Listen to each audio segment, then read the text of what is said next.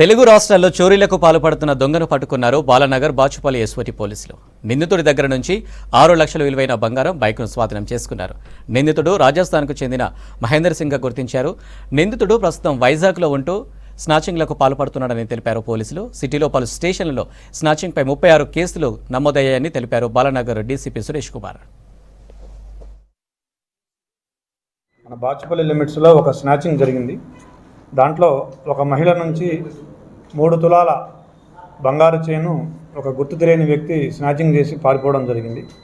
దాని తర్వాత రోజు 25వ తారీఖున జగద్గిరిగుట్ట లిమిట్స్లో ఒక అటెంప్ట్ అయింది, చైన్ స్నాచింగ్ అటెంప్ట్ అయింది. దాంట్లో ఒక 18 సంవత్సరాల మహిళ యాక్టివ్గా ఉండి సమయస్ఫూర్తిగా వ్యవహరించడం వల్ల అక్కడ ఆ ఆగంతకుడు సక్సెస్ కాలేదు.